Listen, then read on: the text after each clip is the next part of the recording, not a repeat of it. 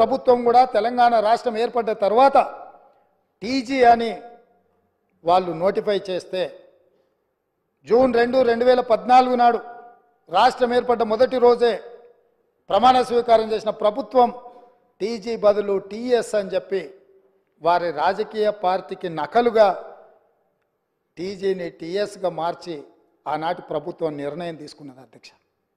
అందుకే మేము జరిగిన తప్పిదాన్ని సవరిస్తూ ఈ రాష్ట్రం టీఎస్ కాదు, తెలంగాణ ప్రజలు కోరుకున్న విధంగా టీజీ ఉండాలి, తెలంగాణ ప్రజల యొక్క ఆత్మగౌరవం త్యాగాలు ప్రతిఫలించాలి అన్న ఆలోచనతోని మా ప్రభుత్వం మా మంత్రివర్గం టీఎస్ను టీజీగా మార్చింది. టీజీగా మార్చినందుకు స్వాగతిస్తారనుకున్న ఆ వైపు నుంచి ప్రభుత్వాన్ని అభినందిస్తారనుకున్న అధ్యక్ష. కానీ అది నిరాశనే కలిగించింది. అయినా మేమేం అధైర్యపడాలన్న ఆలోచనలో లేము, మేము ముందుకు వెళ్తాం అధ్యక్ష. అదేవిధంగా అధ్యక్ష, అధికారిక చిహ్నం ఎక్కడైనా ఏ రాష్ట్రంలో అయినా ఏ దేశంలో అయినా ఈ ప్రపంచంలో రాచరిక వ్యవస్థను కాదని ప్రజాస్వామిక పాలన ఉండాలని వేలాది లక్షలాది మంది పోరాట యోధులై యుద్ధంలో ముందు భాగాన నిలబడి రక్తం చిందించి నేల కొరిగి ప్రజాస్వామిక పరిపాలనను సాధించుకున్నారు. ఆ కోవలో భాగంగానే తెలంగాణ రాష్ట్రం నిజాంలకు రజాకర్లకు వ్యతిరేకంగా నిటారుగా నిలబడి కొట్లాడి విముక్తి పొందినరు. ఇదే కాదు, ఆనాడు కాకతీయ సామ్రాజ్యానికి వ్యతిరేకంగా సమ్మక్క సారలక్క వీళ్ళందరూ పోరాటం చేసి పన్ను కట్టమంటే పన్ను కట్టమని తిరగబడి త్యాగాలు చేసిన సమ్మక్క సారలమ్మ జాతర మనం ఈరోజు ఆదివాసి బిడ్డలు జంపన్న వాగులో తలార స్నానం చేసి అక్కడికి వెళ్ళి దేవుణ్ణి దర్శించుకుంటున్నాం. అలాంటి త్యాగాల పునాదుల మీద ఏర్పడ్డ ఈ తెలంగాణ రాష్ట్రం, పోరాటాలతో ఏర్పడ్డ ఈ తెలంగాణ రాష్ట్రంలో రాష్ట్ర అధికారిక చిహ్నంలో ఒక పక్కన చార్మినార్, ఇంకొక పక్కన కాకతీయుల ఆనవాళ్ళు ఉన్నాయంటే రాచరిక పోకడులు ఏ విధంగా ఉన్నాయి, పాలకుల యొక్క ఆలోచన ప్రజాస్వామ్యానికి వ్యతిరేకంగా రాచరిక పోకడలతో రాష్ట్ర అధికారిక చిహ్నంలో రాచదర్పాలు ఉట్టిపడుతుంటే ఇంకా కూడా మనము గులాములుగా వెట్టి చాకిరి చేస్తూ బ్రతకాల్సిందేనన్న ఆలోచనతోటి మా మంత్రివర్గం అంతా ఆలోచన చేసి రాచరిక పోకడలు రాచరికపు ఆనవాళ్ళు ఉండడానికి వీల్లేదు. ఈ రాష్ట్రం ప్రజాస్వామిక రాష్ట్రం, ఈ రాష్ట్రంలో ప్రజలు ఎన్నుకున్న ప్రభుత్వం ఉంది, ప్రజాపాలన సాగుతుంది అని చెప్పి అధికారిక చిహ్నాన్ని మార్చాలన్న నిర్ణయం తీసుకున్నాం. ఆ నిర్ణయాన్నైనా వాళ్ళు స్వాగతిస్తారేమని చూసినాం అధ్యక్ష. గవర్నర్ గారి ప్రసంగంలో ఈ అంశాలన్నీ కూడా ప్రస్తావించిన ఎక్కడ కూడా వాళ్ళ యొక్క సానుకూలత ఈ విషయంలో కనిపించలేదు అధ్యక్ష. అదేవిధంగా అధ్యక్ష, మనమందరం తెలంగాణ బిడ్డలం, దళితులు, గిరిజనులు, బలహీన వర్గాలు, తండాలలో, గూడలలో, ఆదివాసీలు, అడవి బిడ్డలు, మైనారిటీలు, మహిళలు, మన అందరికీ తెలంగాణ తల్లి అంటే మన అమ్మ, మన అక్క, మన సోదరి. మనం కల్లారా చూసిన మన అమ్మలు, మన అక్కలు, మన కుటుంబ పెద్దలు ఎవ్వరు కూడా వజ్ర వైదూర్యాలతోని కిరీటాలు పెట్టుకొని వడ్డానాలు పెట్టుకొని మనం ఎన్నడూ మన తెలంగాణ తల్లిని చూడలేదు అధ్యక్ష. కొంతమంది రాజులు, రాచరిక పోకడులు ఉన్న వాళ్ళు గడిలలో ఉన్న పెత్తందారులు ఏమైనా కిరీటాలు పెట్టుకున్నారేమో, భుజకీర్తులు పెట్టుకున్నారేమో, నడుములకు వడ్డానాలు పెట్టుకున్నారేమో మాకు తెలియదు. కానీ మా అమ్మలు నడుము బిగించి కొంగు చాకలి ఐలమ్మలాగా పోరాటాలు చేసిన స్ఫూర్తి ఈ గడ్డ మీద ఉన్నది. చాకలి ఐలమ్మ స్ఫూర్తిగా తెలంగాణ తల్లి ఉంటుందని మేము అనుకున్నాం. తెలంగాణ తల్లి అంటే ధీశాలి పోరాట యోధురాలుగా ఉంటుంది, లేకపోతే దర్పం ఉట్టిపడే, కళ్ళల్లో కాంతి, ముఖంలో వర్చస్సు, చూపులో ప్రేమ ఆప్యాయత. ఒక తల్లి తన బిడ్డను ఎంత ఇష్టంగా ఎంత ప్రేమగా చూస్తుందో ఆ విధంగా తెలంగాణ తల్లి ఉంటుంది అని మేము ఆశించినాం, ఉండాలని మేము ఆశించినాం. కానీ రాచరిక పోకడలతో, కిరీటాలు, వజ్ర వైదూర్యాలతో తెలంగాణ తల్లిని మనకు రుద్దాలనే ప్రయత్నం చేసిండ్రు. అందుకే కవులు కళాకారులకు నిలయమైన ఈ తెలంగాణ రాష్ట్రంలో కవుల కళాకారుల నుంచి సూచన తీసుకొని మన అమ్మలాగా మన తెలంగాణ తల్లి ఉండాలి, ఆ తెలంగాణ దర్పం ఉట్టిపడే విధంగా తెలంగాణ తల్లి ఉండాలని మంత్రివర్గం నిర్ణయం తీసుకుంటే కనీసం తెలంగాణ తల్లి విషయంలోనైనా రాజకీయ విభేదాలను ఆలోచనలను పక్కన పెట్టి ప్రతిపక్షం కలిసి వస్తుందేమో అని మేము చూసినాం అధ్యక్ష. కానీ మాకు నిరాశనే మిగిలింది అధ్యక్ష. అదేవిధంగా అధ్యక్ష, ఆనాడు Osmania university, Kakatiya university, Palamuru university, Mahatma Gandhi university, ఏ యూనివర్సిటీ, ఏ కాలేజు, ఏ పాఠశాల, ఏ నగరం చూసినా, ఏ పట్టణం చూసినా, ఏ గ్రామం చూసినా, ఏ వీధి చూసినా ఆనాడు మారుమోగిన గీతం జయ జయ హే తెలంగాణ. ఈ గానం అందశ్రీ అనే ఒక కవి తెలంగాణ ప్రజలకు అందించి గుండెల నిండా ఊపిరి పీల్చుకొని లక్షలాది మంది తెలంగాణ ఉద్యమకారులు, నిరుద్యోగ యువకులు, విద్యార్థులు తెలంగాణ ఉద్యమంలో ముందు భాగాన నిలబడి పోరాటం చేసి ఆనాటి పాలకుల యొక్క దాష్టికానికి నేల కొరిగినా కూడా జయ జయ హే తెలంగాణ నినాదతోటి ఈ తెలంగాణ రాష్ట్రాన్ని సాధించినరు. ఈ రాష్ట్రాన్ని సాధించిన జయ జయ హే తెలంగాణ గీతం ఈ తెలంగాణ రాష్ట్రీయ గీతంగా మారుతుంది అని చెప్పి 4 కోట్ల తెలంగాణ ప్రజలు భావించిండ్రు, ఆశించిండ్రు, ఆకాంక్షించిండ్రు. కానీ ఈ గానాన్ని, గీతాన్ని తెలంగాణలో వినిపించకుండా నిషేధించినంత పనిచేసిండ్రు అధ్యక్ష. అందుకే ఈరోజు ఆ ఉద్యమ స్ఫూర్తితో ఉద్యమాలను గౌరవించే పార్టీగా, ప్రజల పోరాటాలను గుర్తించి, ప్రజల యొక్క ఆకాంక్షలను మన్నించి, ప్రజల యొక్క ఆలోచనలకే అనుకూలంగా పరిపాలన అందించిన పార్టీగా జయ హే జయ హే తెలంగాణ గీతాన్ని రాష్ట్రీయ గీతంగా ఆమోదించినాం. కనీసం దాన్నైనా, కనీసం ఆనాడు ఉద్యమం, ఆనాడు రాష్ట్ర సాధనలో గత 9.5 సంవత్సరాలు వాళ్ళు అనుభవించిన అధికారానికి పునాదులు వేసిన ఈ గీతాన్ని రాష్ట్రీయ గీతంగా మేము ఆమోదిస్తే అభినందిస్తారేమో, అభినందించకపోయినా ఆహ్వానిస్తారేమో అని చెప్పి 4 కోట్ల తెలంగాణ ప్రజలు ఎదురు చూస్తే నిరాశనే మిగిలింది అధ్యక్ష. మేమేమన్నా అతిగా ఏమైనా ఆలోచన చేస్తున్నామా, అతిగా ఏమైనా ఆశిస్తున్నామా, లేకపోతే ఏమైనా అడగకూడని ఆశించింది ఏమైనా మేము ఆలోచన చేస్తున్నామా నాకైతే అర్థం కాలేదు అధ్యక్ష. మీరైనా మాకేమైనా మా ఆలోచనలో తప్పు ఉంటే మాకు సూచన చేయండి. ఇన్ని గొప్ప నిర్ణయాలు తీసుకున్న ఈ ప్రభుత్వాన్ని అభినందించడానికి ప్రతిపక్ష నాయకుడిగా వారక్కడ కూర్చొని ఈ ప్రభుత్వం ఈ మంచి చేసింది, ఈ మంచిని మేము ఆహ్వానిస్తున్నాం, ఈ మంచి జరగాల్సిందే, ఇగో ఈ పరిపాలనలో మీరు తీసుకున్న నిర్ణయాలలో ఈ లోపాలు ఉన్నాయి, ఈ లోపాలను మీరు మార్చుకోండి, ప్రజలకు మంచి పాలనను ఇవ్వండి అని ప్రధాన ప్రతిపక్ష నాయకుడు అక్కడ కూర్చొని సూచన చేసినుంటే వారి గౌరవం పెరిగేదే తప్ప వారి గౌరవం తగ్గదు అధ్యక్ష. ఆ కుర్చీ అట్లా ఖాళీగా కనిపించడం ఈ సభకి ఏమైనా శోభ తెస్తుందా అధ్యక్ష? ఎందుకు వారు అట్లా ఖాళీగా పెట్టి సభకు గైరాజరవ్వడం అనేది ఈ తెలంగాణ సమాజానికి ఏమైనా ప్రయోజనం ఉంటుందా అధ్యక్ష? మీరు ఆలోచన చేయండి. ఎందుకు అనంటే ఈ రాష్ట్రం మనది, ఈ ప్రాంతం మనది, ఈ నేల మనది, గాలి మనది, ఈ ప్రాంత అభివృద్ధి మనది. ప్రజాప్రతినిధులుగా మన బాధ్యతను నెరవేర్చాల్సిన అవసరం ఉంది. ఒకవేళ ప్రతిపక్షం దారి తప్పితే గుర్తు చేయాల్సిన బాధ్యత సభాపక్ష నాయకుడిగా నా మీద ఉన్నదన్న ఆలోచనతోటి వారికి సూచన చేస్తున్న అధ్యక్ష. ఆ పైన వారి ఇష్టం. అదేవిధంగా అధ్యక్ష, పదే పదే ఈ ప్రభుత్వం వచ్చిందో రాలేదో, దివాలా తీసింది, ఈ ప్రభుత్వం దగ్గర చెల్లిగవ్వలేదు, ఈ ప్రభుత్వం ఎట్లా నడుపుతారు, ఆ పథకం ఎట్లా చేస్తారు, ఈ పథకం ఎట్లా అమలు చేస్తారు, మీ దగ్గర నగదేడు ఉంది, వాళ్ళ ఆలోచన ఎట్లుందంటే అట్లా జరిగితే బాగుండు, వీళ్ళు దివాలా తీస్తే బాగుండు, ప్రజలకు ఏం అందకపోతే బాగుండు, ప్రజలు ఇబ్బందులలో ఉంటే బాగుండు అని ఉట్టి మీద పిల్లి శాపనార్థాలు పెట్టినట్టే ఉంది అధ్యక్ష. పిల్లి శాపనార్థాలకు ఉట్టి తెగిపడుతుందా అధ్యక్ష? అట్లనే 9.5 సంవత్సరాల అధికారంలో ఉన్న మీరు కనీసము 100 రోజులు కాకముందే రోజు పొద్దున్న లేస్తే ఈ శాపనార్థాలు ఏంది అధ్యక్ష? నేను మీకు గుర్తు చేయదలుచుకున్న అధ్యక్ష, వాళ్ళు అధికారంలో ఉన్నప్పుడు గత ప్రభుత్వ ఉద్యోగులు ఇక్కడ ఉన్నారు, బయట కూడా ఉన్నారు. ఈ ప్రభుత్వ ఉద్యోగులకు గత ప్రభుత్వాలు ఎన్ని ఉన్నా 1 తారీఖు నాడు జీతాలు రిటైర్ అయిన ఉద్యోగులకు పెన్షన్లు ఇచ్చేది అధ్యక్ష.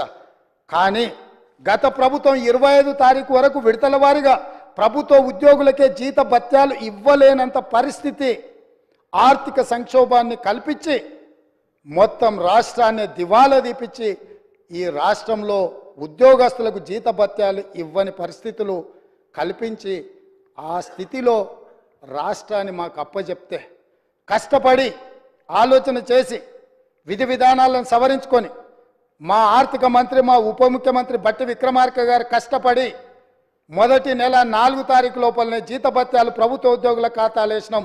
ఈసారి మొదటి తారీఖు నాడు ఈ రాష్ట్ర అభివృద్ధి కోసం అభ్యున్నతి కోసం నిరంతరం పనిచేస్తున్న ఉద్యోగస్తులకు మొదటి తారీఖు నాడు జీతభత్యాలు వాళ్ళ ఖాతాలో వేసినాం. మీరు వారి క్లారిఫికేషన్లో మాట్లాడొచ్చు అధ్యక్ష, వారు ఏదైనా ఉంటే సో మేము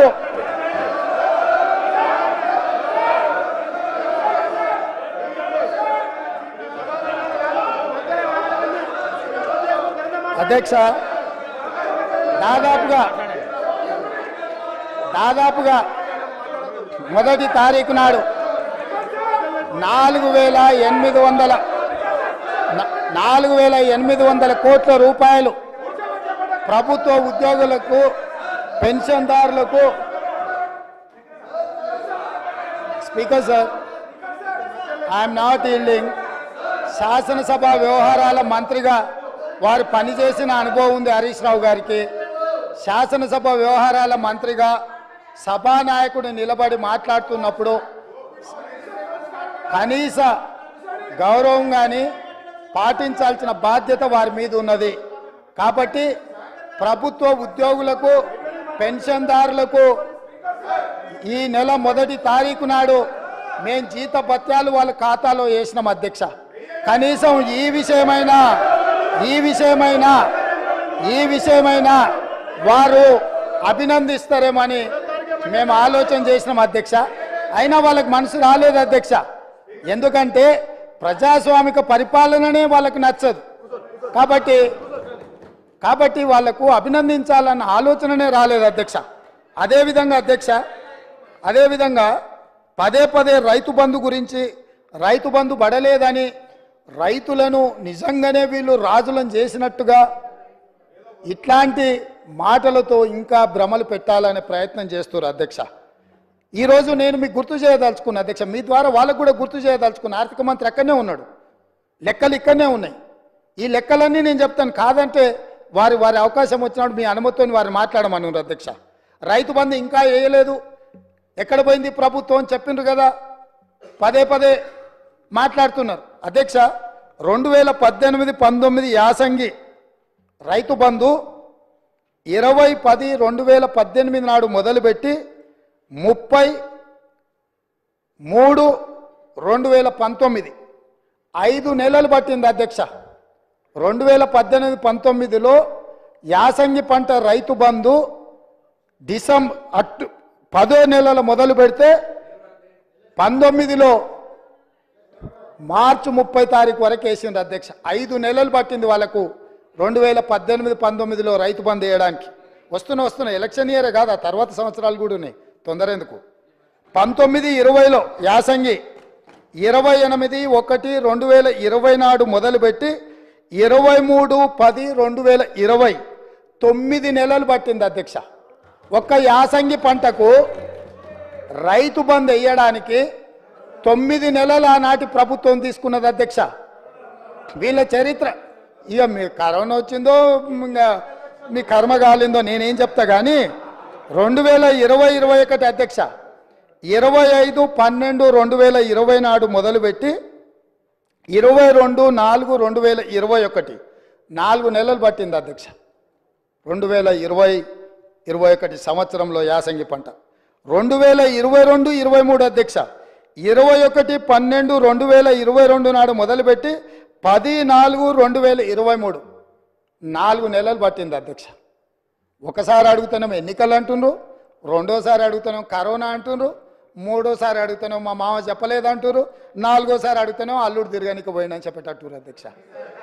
ఎట్లా అధ్యక్ష మీ పరిపాలన? స్పష్టంగా అధికారిక లెక్కలు ఈ రకంగా చెప్తుంటే మేము వచ్చిందే మొన్న 60 రోజులు కాలేదు, ఆల్రెడీ మేము క్లియర్గా చెప్పినాము 100 రోజుల్లో వాటిని పూర్తి చేస్తామని.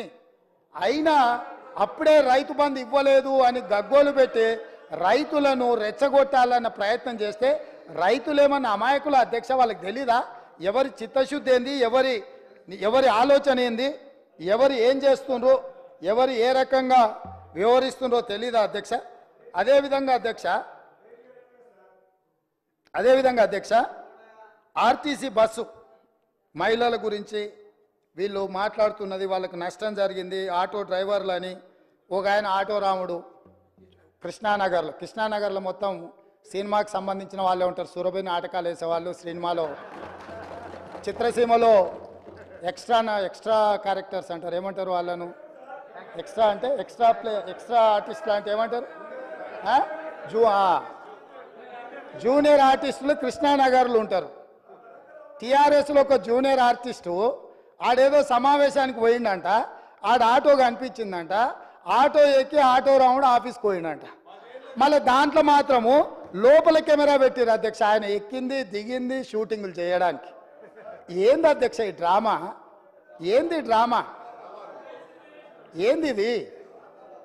మేము ఈ తెలంగాణ సమాజంలో ఉన్న ఆడబిడ్డల్ని హక్కున చేర్చుకోవాలన్న ఆలోచనతోని, ఒక మంచి ఆలోచనతోటి ఆర్టీసీ బస్సుల్లో ఆడబిడ్డలకు మేము ఉచిత ప్రయాణం కల్పించినాం.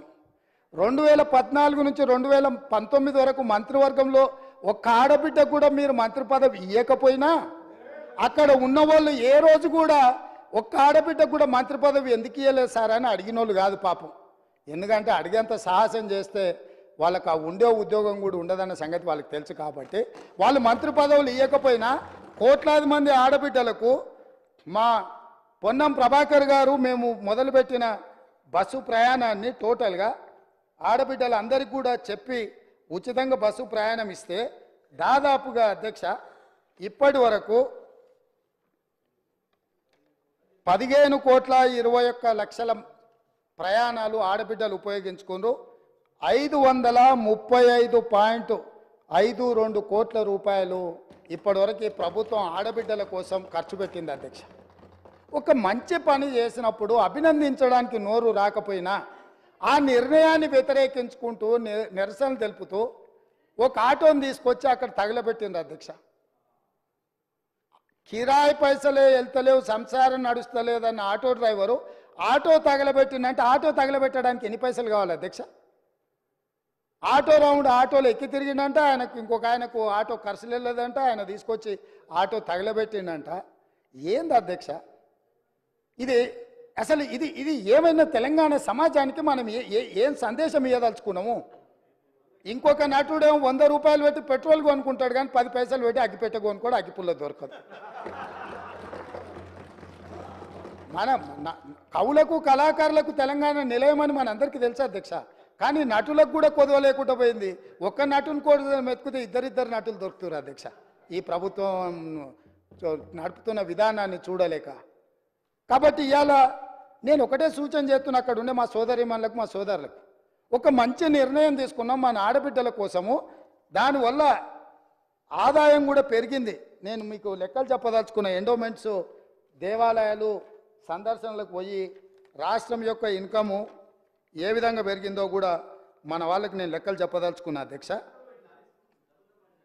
ఆడబిడ్డలు బస్సు ప్రయాణాన్ని ఉపయోగించుకొని ఎక్కువ దైవ దర్శనాలు చేసుకోవడం వల్ల దేవాదాయ శాఖ యొక్క ఆదాయము నవంబర్లో, అంటే ఉచిత బస్సు ప్రయాణం లేనప్పుడు దేవాదాయ శాఖ ఆదాయము 49.28 కోట్ల అధ్యక్ష.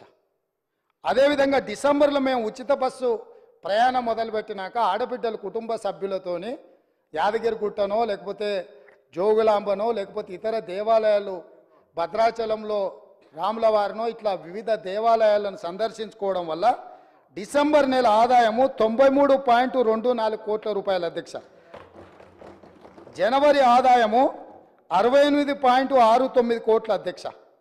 అంటే ఈరోజు ఆడబిడ్డలకు బస్సులో ఉచిత ప్రయాణం కల్పించడం వల్ల ఆడబిడ్డలు చాలా కాలం నుంచి కుటుంబ సభ్యులతో దైవ దర్శనం చేసుకోవాలన్న ఆలోచన ఉండి అవకాశం రాక ఆర్థిక పరిస్థితి అనుకూలించక ఇవాళ మా ప్రభుత్వము ఆడబిడ్డలకు ఉచిత బస్సు రవాణా సౌకర్యాన్ని కల్పిస్తే దైవ దర్శనం వల్ల దేవాదాయ శాఖకు ఆదాయం పెరిగింది అధ్యక్ష. ఇది ఒక మంచి శుభసూచకం.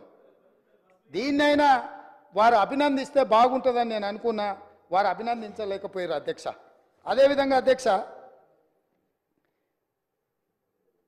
ఉద్యోగాలు పదే పదే మీరు 2 లక్షల ఉద్యోగాలు ఇస్తా అన్నారు. ఎక్కడ పోయినా మీరు 2 లక్షల ఉద్యోగాలు? అసలు తెల్లారేయాలి కదా అధ్యక్ష.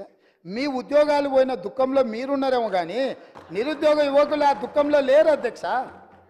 ఉద్యోగ అవకాశాలు కల్పించాలంటే దానికి ఒక ప్రాసెస్ ఉంటుంది అధ్యక్ష, ఒక విధానం ఉంటుంది. జస్ట్ లైక్ దట్ ఇట్లా చేయడానికి ఉండదు. గతంలో మీరు చేసినట్టు మేము చేయలేము. జిరాక్స్ సెంటర్లలో పల్లి బఠానీలు అమ్మినట్టు పరీక్షా పత్రాలు ఎక్కడ పడితే అక్కడ సంతలో సరుకులాక అమ్ముకునే విధానం మేము దేదలుచుకోలేదు అధ్యక్ష. మా పేసీలలో ఉండేటోళ్ళు ఎవరు అట్లాంటి దాంట్లో లేరు అధ్యక్ష. మా పేసీలలో ఉండే వాళ్ళ బంధువులు ఎవరు ఇట్లాంటి కుంభకోణాలలో లేరు అధ్యక్ష. మేము మీలాగా కాదు, మీరు మీలాగా మమ్మల్ని ఎందుకు అనుకుంటున్నారు? ఒక విధానం, ఆ విధానంలో మేము ప్రయత్నం చేస్తున్నాము. గతంలో మీరు నియమించిన వాళ్ళకి అర్హత లేదని హైకోర్టు చెప్పింది సభ్యులుగా. వాళ్ళని తొలగించమంటే, రాజీనామా చేయమని అంటే వాళ్ళు విస్మించు కూర్చుంటే కొన్ని విధి విధానాల వల్ల వాళ్ళని తొలగించడానికి కొంత ఆలస్యమైంది. వాళ్ళ వెనకాల కూడా మరి మీరే ఉన్నారా అంటే నాకు తెలియదు, అది మీరు చెప్పాలి ఉన్నారో లేరో. ఏదేమైనా వాళ్ళని తొలగించడము, కొత్తగా నోటిఫికేషన్ ఇవ్వడం, కొత్తగా ఆహ్వానించడం, చైర్మన్గా అదేవిధంగా సభ్యులుగా నియమించడం, ఇదంతా కూడా ఒక ప్రాసెస్.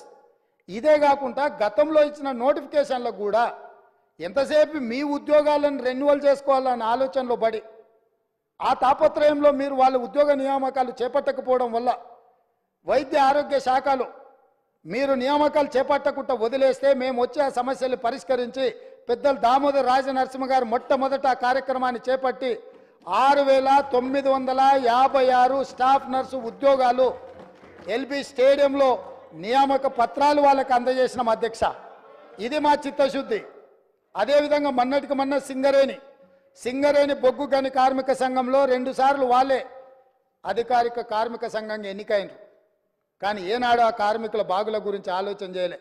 అందులో కూడా ప్రశ్నాపత్రాలల్లా అదేవిధంగా ఇచ్చిన టెండర్లలో ఏం జరిగిందో భవిష్యత్తులో తేలుతుంది. కారుణ్య నియామకాలు కూడా చేపట్టలే. వాళ్ళ ఇంట్లో మాత్రం 4 ఉద్యోగాలు కారుణ్య నియామకాలు చేపట్టారు. వాళ్ళు ఉద్యోగాలతో ఉంటూనే ఉంటారు, రెన్యువల్స్ మీద రెన్యువల్స్ ఎక్స్పెక్ట్ చేస్తూనే ఉన్నారు. ఎంబడే మా బట్టి విక్రమార్క గారు ఆ కారుణ్య నియామకాల విషయంలో స్పష్టమైన నిర్ణయం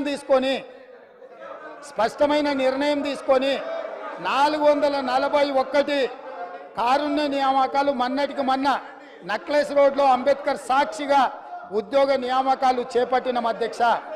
అదేవిధంగా పోలీస్ డిపార్ట్మెంట్లో నియామకాలు చేపట్టాల్సిన చర్యలు వాళ్ళు చేపట్టకపోవడం వల్ల 15,000 పోలీసు ఉద్యోగ నియామకాలు వాళ్ళు ఇట్లనే అరిసి గోలబెట్టినా వీళ్ళు ఇట్లనే అరుచుకుంటూ కూర్చున్నా తొందరలోనే పోలీస్ శాఖలో 15,000 పోలీసు ఉద్యోగ నియామకాలు చేపట్టి మా చిత్తశుద్ధిని నిరూపించుకున్న బాధ్యత మా మంత్రివర్గం తీసుకున్నది. వాళ్ళు అరిసి గోలబెట్టిన చొక్కాలు చించుకున్న 15 రోజుల్లో వాళ్ళు అడ్డం పడ్డా సరే 15,000 నియామకాలు పోలీసులను చేపట్టి నిరుద్యోగ యువకులను ఆదుకునే బాధ్యత మేము తీసుకుంటాం అధ్యక్ష. కాబట్టి ఇవాళ గ్రూప్ 1లో కూడా పరీక్షలు లోపభూయిష్టంగా నిర్వహించడం వల్ల high court single bench, high court divisional bench అన్ని కోర్టులు వీళ్ళు అవలంబించిన విధానాలను కోర్టు కొట్టేస్తే లక్షలాది మంది నిరుద్యోగ యువకులు పరీక్షలు రాసి మీ చేతగాని తనం వల్ల వాళ్ళ జీవితాలతో చెలగాటం ఆడుతుంటే కొత్త బోర్డును వేసి అదనంగా ఖాళీలను అన్నిటిని కూడా కలిపి ఈరోజు గ్రూప్ 1 పరీక్షలకు మా ప్రభుత్వం క్లియరెన్స్ ఇచ్చింది. తొందరలోనే నోటిఫికేషన్ ఇచ్చి వీళ్ళ వల్ల వయసు మీద పడ్డ వాళ్లకు 46 సంవత్సరాల వరకు ఉద్యోగ అప్లికేషన్ పెట్టుకోవడానికి అర్హత కల్పించి వయసుకు కూడా మినహాయింపునిచ్చి మా ప్రభుత్వం నిరుద్యోగ యువకుల్ని ఆదుకోవాలన్న ఆలోచనతోని మేము ముందుకు వచ్చినాం అధ్యక్ష. అదేవిధంగా అధ్యక్ష, మా సోదరుడు అక్బరుద్దీన్ ఓవైసీ గారు మైనారిటీకి సంబంధించిన విషయాలలో కూడా చాలా ఇష్యూస్ వారు లేవనెత్తడం జరిగింది. ప్రతి దగ్గర మైనారిటీలకు అవకాశం ఇవ్వండి అని కూడా వారు మా దృష్టికి తీసుకొచ్చిండ్రు అధ్యక్ష. నేను వారికి గుర్తు చేయదలుచుకున్నాను అధ్యక్ష, తమరి ద్వారా మేము 4 ప్రభుత్వ సలహాదారులు చేర్చుకుంటే అందులో మైనారిటీ మొహమ్మద్ అలీ షబ్బీర్ గారిని ప్రభుత్వ సలహాదారుడిగా ముఖ్యంగా ఎస్సీ, ఎస్టీ, ఓబీసీ మైనారిటీకి నిధులకు సంబంధించి మైనారిటీని మేము నియమించిన అధ్యక్ష. అంటే 25% మైనారిటీస్కి ఇచ్చిన అధ్యక్ష. అదేవిధంగా అధ్యక్ష, advocate general, additional advocate general వేస్తే అడిషనల్ అడ్వకేట్ జనరల్గా ఇమ్రాన్ ఖాన్ని ఇంతవరకు ఉమ్మడి రాష్ట్రంలో కానీ ప్రత్యేక తెలంగాణ రాష్ట్రంలో కానీ ఒక మైనారిటీని కూడా అడిషనల్ అడ్వకేట్ జనరల్గా వేయలేదు. మా ప్రభుత్వం వచ్చిన తర్వాత ఒక మైనారిటీని ఇమ్రాన్ ఖాన్ అని అడిషనల్ అడ్వకేట్ జనరల్గా ఒక మైనారిటీని వేసినాం అధ్యక్ష. అదేవిధంగా ముఖ్యమంత్రి గారి పేసీలో ఆనాడు రాజశేఖర రెడ్డి గారు ఉన్నప్పుడు జన్నత్ హుస్సేన్ అని ఒక మైనారిటీకి సంబంధించిన ఐఏఎస్ అధికారిని నియమిస్తే ఈనాడు మా ప్రభుత్వం మా ముఖ్యమంత్రి కార్యాలయంలో మేము షానవాజ్ కాసిం అనే ఐపీఎస్ ఆఫీసర్ని మా ముఖ్యమంత్రి కార్యాలయంలో మైనారిటీకి మేము అవకాశం ఇచ్చినాం అధ్యక్ష. అదేవిధంగా అధ్యక్ష మేము టీఎస్పీఎస్సీలో ఆనాడు వాళ్ళు ఒక మైనారిటీకి అవకాశం ఇవ్వలే, కానీ మా ప్రభుత్వం తెలంగాణ పబ్లిక్ సర్వీస్ కమిషన్లో నియామక బోర్డులో ఆమీర్ ఉల్లా ఖాన్ అని మేము board member Indian postal service అధికారిని ఈరోజు మేము అందులో మైనారిటీకి అవకాశం కల్పించినాం అధ్యక్ష. అంటే మా ప్రభుత్వం ఏ విషయంలో అయినా మైనారిటీల యొక్క హక్కులకు మైనారిటీలకు రావలసిన వాటాలను కోటాలను చాలా చిత్తశుద్ధితో వీటిని అమలు చేస్తాం. గవర్నర్ గారి కోటాలో మేమిద్దరిని ఎమ్మెల్సీలు చేస్తే ఒక ఎమ్మెల్సీని మైనారిటీని నియమించడం ద్వారా రాజకీయంగా కూడా వాళ్ళకు వేదిక కల్పించాలన్న ఆలోచనతోటి మైనారిటీలకు మేము అవకాశం కల్పించినాం అధ్యక్ష. ఈ ప్రభుత్వం క్రిస్టియన్ మైనారిటీ కానీ ముస్లిం మైనారిటీ కానీ సిక్ మైనారిటీలకు సముచితమైన స్థానం కల్పించడంలో మైనారిటీ హక్కులను రక్షించడంలో మా ప్రభుత్వానికి చిత్తశుద్ధి ఉంది. ఇంకా ఏమైనా ఉంటే కూడా ఎంఐఎం పార్టీ తరఫున అక్బరుద్దీన్ ఓవైసీ గారు ఏమైనా సూచనలు చేస్తే కూడా తప్పకుండా వాటన్నిటిని కూడా పరిగణలోకి తీసుకొని ముందుకు వెళ్తామని నేను చెప్తున్నా అధ్యక్ష. అదేవిధంగా అధ్యక్ష యూనివర్సిటీస్ గురించి అక్బరుద్దీన్ ఓవైసీ గారు ప్రస్తావించడం జరిగింది. వైస్ ఛాన్సలర్లో కూడా మైనారిటీస్ వేయాలని. గతంలో యూనివర్సిటీ వైస్ ఛాన్సలర్స్ నియామకాలను జరిగిన కాలయాపన కానీ నిర్ణయాలు కానీ ఏ రకంగా ఉండేనో మీకు తెలుసు. అందుకే మీ ద్వారా అక్బరుద్దీన్ ఓవైసీ గారికి నేను చెప్పదలుచుకున్న, ఆల్రెడీ యూనివర్సిటీలు మేలో వేకెన్సీస్ రాబోతున్న వైస్ ఛాన్సలర్స్వి, కానీ ఇప్పుడే సెర్చ్ కమిటీని వేసి దాన్ని పూర్తి స్థాయిలో మేము వైస్ ఛాన్సలర్లో నియమించాలన్న ఆలోచనతో సెర్చ్ కమిటీ వేసినాం. తొందరలోనే నియామకాలు జరుగుతాయి. తప్పకుండా మైనారిటీలకు రావాల్సిన వాటా కోటా వస్తుంది. మేము తీసుకున్న నిర్ణయాన్ని యూజీసీ కూడా తెలంగాణ గవర్నమెంట్ను అభినందించింది. ఎందుకంటే సరైన సమయంలోనే తెలంగాణ ప్రభుత్వం స్పందించింది. తప్పకుండా పేద విద్యార్థులకు విద్యను అందించే యూనివర్సిటీలను ఖాళీలు పెట్టొద్దు అన్న ఆలోచనతోటి మేము ఆ నిర్ణయంతో ముందుకొచ్చినాం. తప్పకుండా ఈ విషయాన్ని కూడా మేము దృష్టిలో పెట్టుకొని మీ ద్వారా వారికి చెప్పదలుచుకున్నాను అధ్యక్ష. అదేవిధంగా అధ్యక్ష పల్లా రాజేశ్వర రెడ్డి గారు మాట్లాడుతూ వారు ఒక మాట చెప్పిండ్రు. ఏమని? ప్రజాపాలన మీరు ప్రగతి భవన్లో ఒకటే రోజు మొదలుపెట్టిరు, మీరు మాట్లాడిర్రు, ఒకరోజు మీరు వచ్చిపోయినరు, మిగతా ఎవ్వరు రాలేదు, అక్కడేదో అవుట్ సోర్సింగ్ ఉన్నోళ్ళని. నేను వారికి సూచన చేయదలుచుకున్నాను. ఎందుకంటే వారు 2 సార్లు శాసనమండలి సభ్యుడిగా డాక్టరేట్ చదువుకున్నారు. వారికి పరిపాలన పట్ల, అందులో ఆనాటి ముఖ్యమంత్రి గారికి కుడి భుజంగాను ఎడం భుజంగాను ప్రభుత్వ నిర్ణయాలలో వాళ్ళు చాలాసార్లు ఉన్నారు. ఎందుకనంటే వారికి పరిపాలన పట్ల నేను మొదలుపెట్టిన రోజు స్పష్టంగా చెప్పిన, మంగళవారము శుక్రవారము ఇక్కడ ప్రజల తరఫున ఇక్కడ ప్రభుత్వము ఉంటుంది. అక్కడ నేనే కాదు, నా సహచార మంత్రులు ధనసరి అనసూయ, సీతక్క, దుద్దిల్ల శ్రీధర్ బాబు, కొండా సురేఖ గారు, పొన్నం ప్రభాకర్ గారు, ఈ మంత్రులందరూ కూడా అక్కడికి వెళ్ళడమే కాకుండా అవుట్ సోర్సింగ్ కాదు అధ్యక్ష.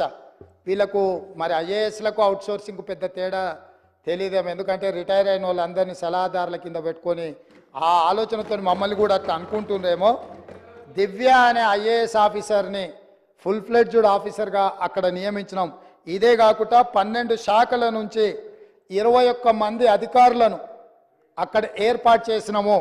అదేవిధంగా అక్కడ హౌసింగ్ అంటే అక్కడ వచ్చే మెజారిటీ సమస్యలు ప్రజలు వస్తున్నాయి, ధరణి లేకపోతే హౌసింగ్. ఎవరి పాపం అధ్యక్ష ఇది?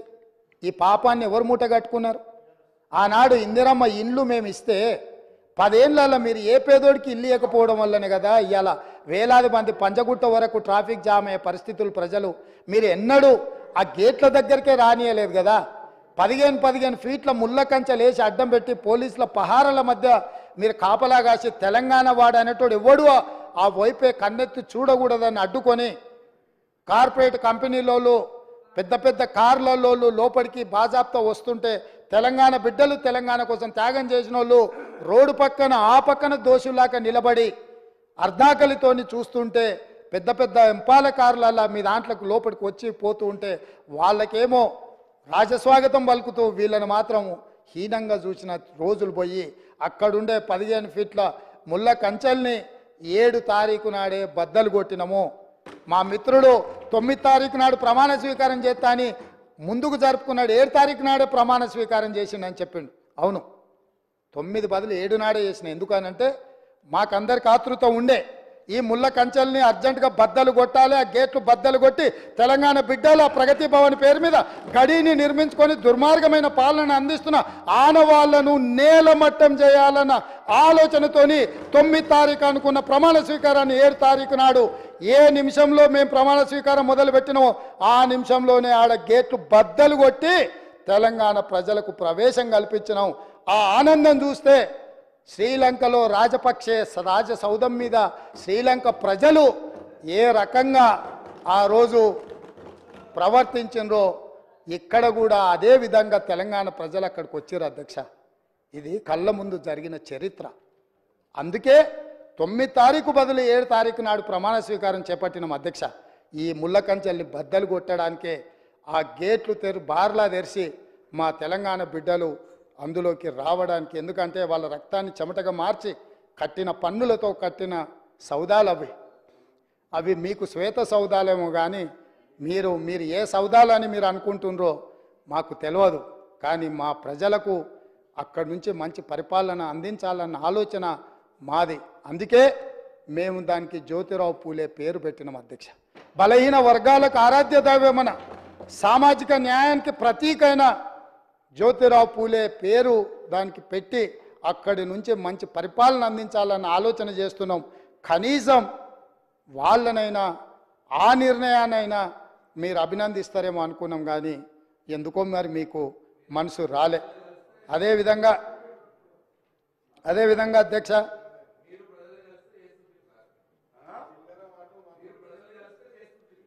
అదే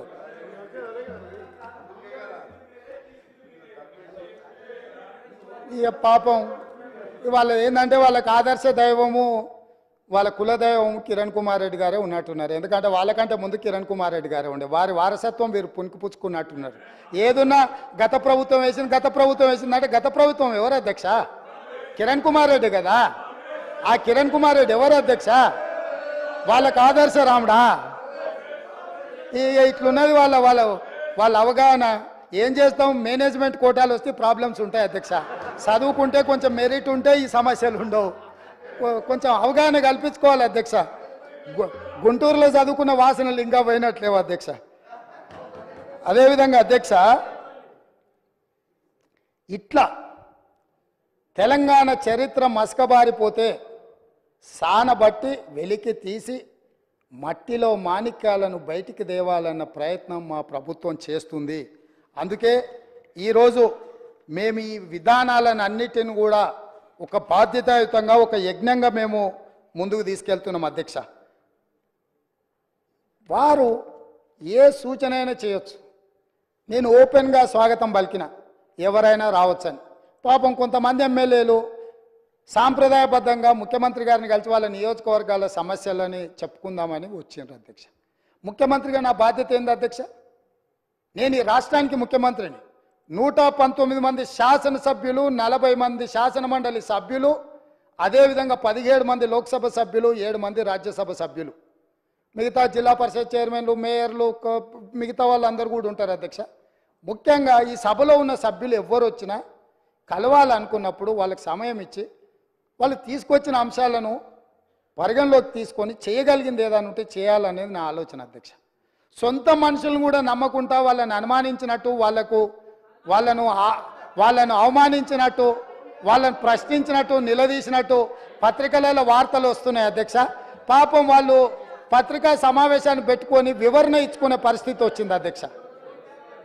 అట్లా అనుమానించకండి. మేము మీలాక కాదు, మేము మీలాక బురద జల్లము.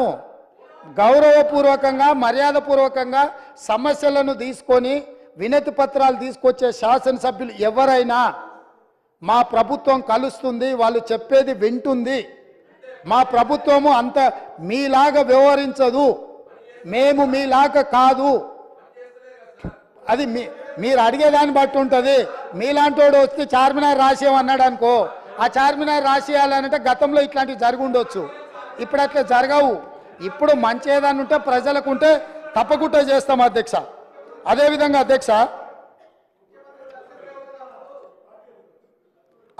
అధ్యక్ష అసదుద్దీన్ ఓవైసీ గారు ఈ బిల్డింగ్ పినలైజేషన్ బీపీఎస్ స్కీమ్ గురించి మాట్లాడడం జరిగింది.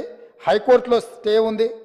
సుప్రీంకోర్టులో ఉన్న ఇతర రాష్ట్రాలు ల్యాండ్ రెగ్యులేషన్ స్కీమ్ కింద ఏమున్నాడో పెట్టడం వల్ల అది ఆగింది.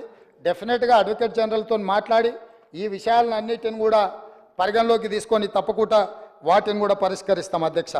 అదేవిధంగా అధ్యక్ష పెన్షన్ గురించి, ఓల్డ్ ఏజ్ పెన్షన్స్ గురించి కూడా పడట్లేదు అంటారు అధ్యక్ష.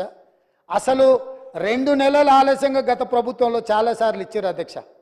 ఈసారి ఇప్పటికే 80% ఓల్డ్ ఏజ్ పెన్షన్స్ ఇవ్వడం జరిగింది. మిగతా 20% కూడా ఈ నెల 15 తారీఖు లోపల ఆ పెద్ద మనుషులకు వాళ్ళ కుటుంబాలను ఆదుకోవడానికి వాళ్ళ ఖాతాలో పెన్షన్ నిధులు వేసే బాధ్యత మా ప్రభుత్వం తీసుకుంటుంది అధ్యక్ష. తప్పకుండా 80% వేసినాం. మేము మీలాక అబద్ధాలు చెప్పం.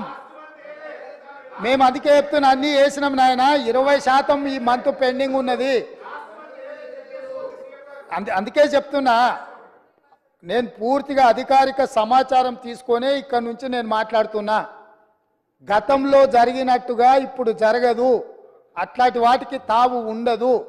వాటిని సమూలంగా, గతపు ఆనవాళ్ళను అన్నిటినీ సమూలంగా మొత్తం మార్పు చేసే బాధ్యత మాది అధ్యక్ష. ఏం చింత చేయకండి, మీ ఒక్క ఆనవాళ్ళు కూడా ఎక్కడ కనిపించదు. నాది జిమ్మెదారి, మీ ఆనవాళ్ళు లేకుండా చేసే బాధ్యత నాది అని చెప్పి నేను మీకు అందరికి తెలియజేస్తున్నా అధ్యక్ష. అదేవిధంగా అధ్యక్ష పదే మనోళ్ళు కాళోజీ కవిత్వం గురించి, కాళోజీ గొప్పతనం గురించి చెప్తారు అధ్యక్ష. వారు పల్లా రాజేశ్వర రెడ్డి గారు వరంగల్, నల్గొండ, ఖమ్మం 3 ప్రాంతాల నుంచి శాసనమండలి సభ్యుడిగా 2 సార్లు ఎన్నికైనరు నాకు తెలిసినంత వరకు. వారు ఆ ప్రాంతం వారికి తెలుసు, వారి సొంత ప్రాంతం వరంగలే అనుకుంటున్నా. కాళోజీ కళాక్షేత్రం వరంగల్లో మొదలుపెట్టి 9.5 సంవత్సరాలు అయిందో, మరి ఎన్ని ఏళ్ళు అయిందో, 9.5 ఏళ్ళు వాళ్ళ అధికారంలో. ఇంతవరకు పూర్తి కాలేదు అధ్యక్ష. ఏ కాళోజీ కవిత్వం గురించి గొప్పగా చెప్పి కాళోజీ గురించి గొప్పగా మాట్లాడుతున్న వాళ్ళు ఈ ప్రస్తావన తెచ్చిన పల్లా రాజేశ్వర రెడ్డి గారు, నేను మీకు గుర్తు చేయదలుచుకున్నా, కాళోజీ కళాక్షేత్రం వరంగల్లో మొదలుపెట్టింది ఎప్పుడు, ఈ రోజుకు అక్కడ మొండి గోడలతో నిలబడ్డది. ఈ కళాక్షేత్రాన్ని కూడా పూర్తి చేసి కాళోజీ గారి గౌరవాన్ని నిలబెట్టే బాధ్యత మా ప్రభుత్వం తీసుకుంటుంది. 9 నెలల్లో ప్రగతి భవన్ పట్టుకోగలుగుతారు మీరు ఉండడానికి రాజ్యసౌధం. అదేవిధంగా ఎంతమంది అడ్డం పడ్డా, మీ వాస్తు సరిగ్గా లేదనో, మీ దశ దిశ మార్చుకోవడానికో సచివాలయాన్ని ఆగమేఘాల మీద పూర్తి చేసుకున్నారు, పూర్తి చేసిండ్రు, బాగానే ఉంది.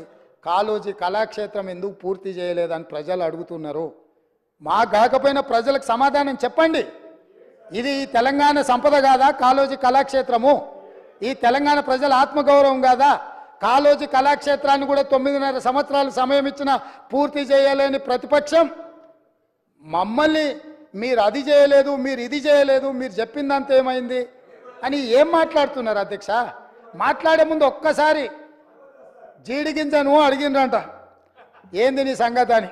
నాకేడి సిగ్గు, నేను మొత్తం నల్లగానే ఉన్నా కదా, ఏ పక్క చూసినా అని అన్నదంట. గట్లనే ఉంది మీరు చేసే వ్యవహారం అంతా. అదేవిధంగా అధ్యక్ష ప్రాజెక్టులు, దీని విషయం కొంచెం మనం మాట్లాడుకోవాలి. ఎందుకనంటే 5 సంవత్సరాలు హరీష్ రావు గారు, 5 సంవత్సరాలు కల్వకుంట్ల చంద్రశేఖరరావు గారు సాగునీటి పారుదల శాఖ మంత్రులుగా పనిచేసిండ్రు. ఇక వారికి ఉన్న అనుభవం, వారికి ఉన్న జ్ఞానము, వారికి ఉన్న మేధో సంపత్తి వాళ్ళ మాటల్లోనే చాలాసార్లు మనం విన్నాం. ఈ సభలో కూడా వారే డాక్టరు, వారే లాయరు, వారే ఇంజనీరు, వారే స్ట్రక్చరల్ ఇంజనీరు, వారే 80,000 పుస్తకాలు చదివి వాళ్ళ మేధస్సుతోని నిర్మించారు. మేడిగడ్డ కడితే మేడిపండు అయింది. ఇక అన్నారం సంగతి నేను చెప్పాల్సిన పర్లేదు. సుందీళ్ళు ఎప్పుడేమవుతుందో తెలియదు, పంపు సెట్లు ఏమైనాయో తెలియదు. ఇవాళ వీటి మీద చర్చ వచ్చినప్పుడల్లా, కాళేశ్వరం అవినీతి గురించి చర్చ వచ్చినప్పుడల్లా కృష్ణానది జలాలను ప్రాజెక్టులు అప్పజెప్పిండ్రు అని మాట్లాడుతున్నారు అధ్యక్ష.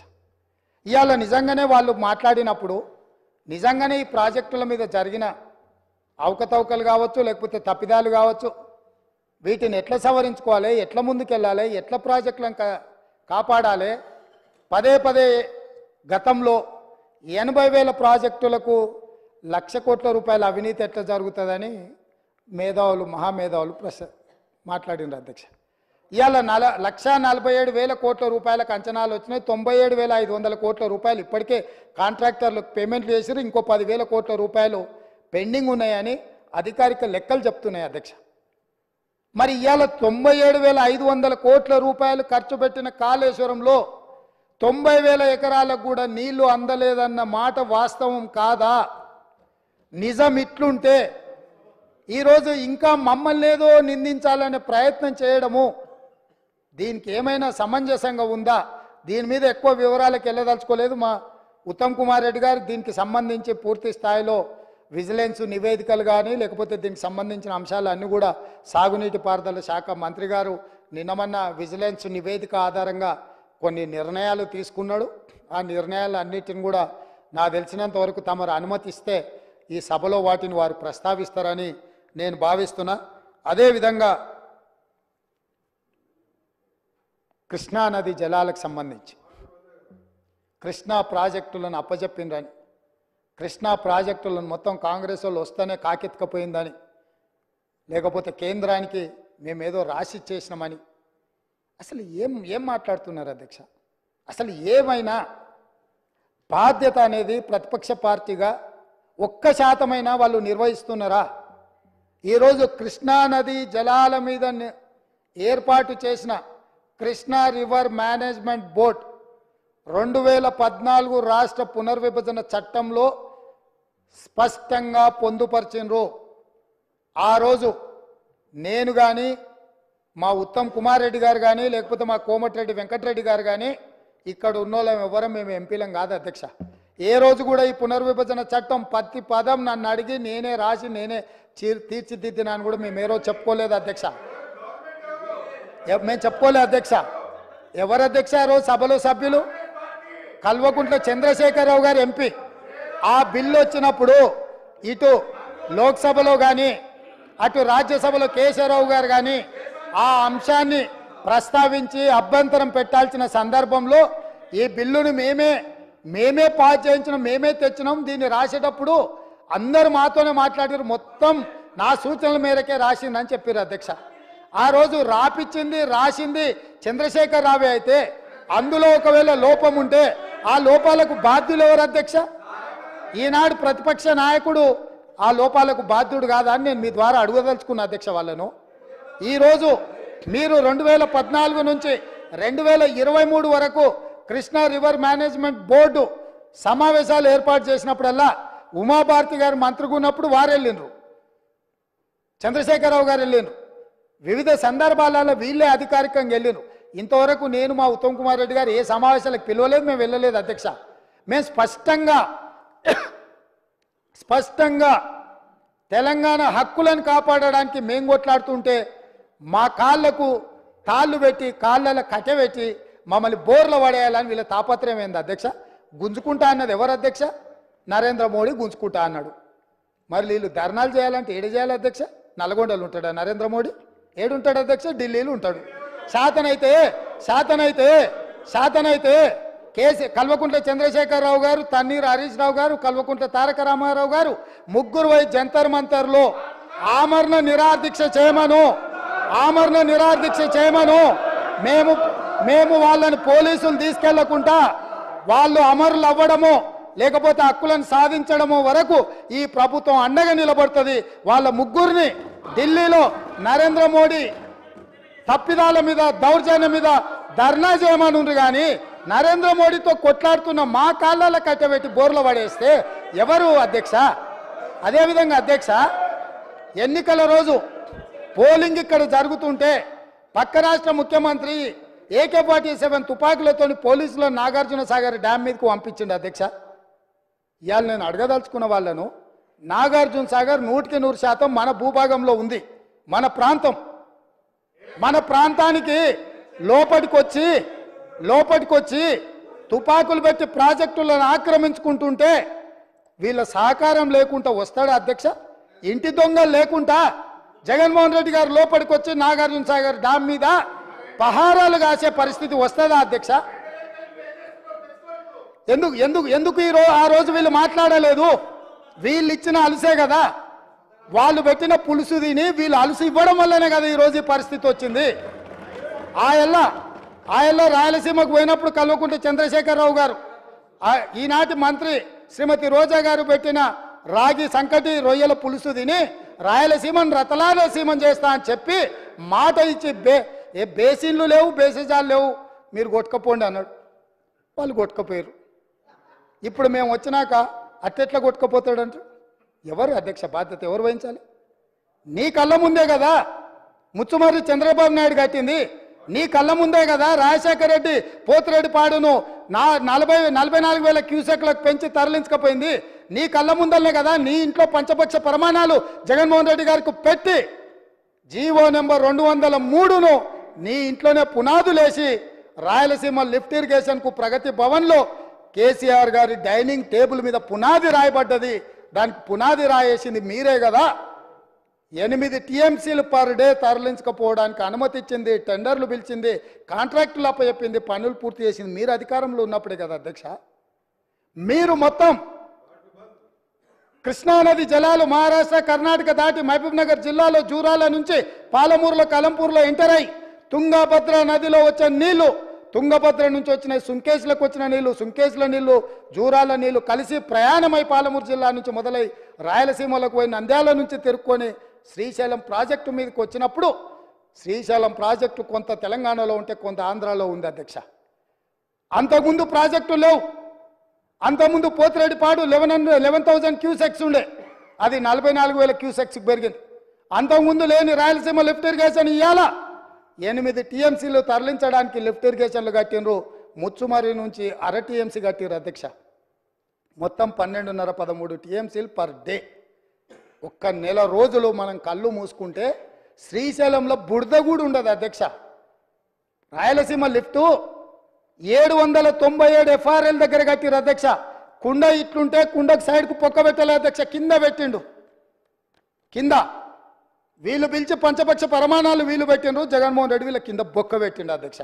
బొక్క పెట్టి మొత్తం తరలించకపోతుంటే మిన్నకుండా ఉన్న మీళ్ళు ఇవాళ నేను సూటిగా అడుగుతున్న హరీష్ రావుని మిత్రుణ్ణి, రాజకీయాలు పక్కన పెట్టండి, మీరు రాజకీయాలు పక్కన పెట్టండి, మీరు బాధ్యత కలిగిన మంత్రిగా చెప్పు.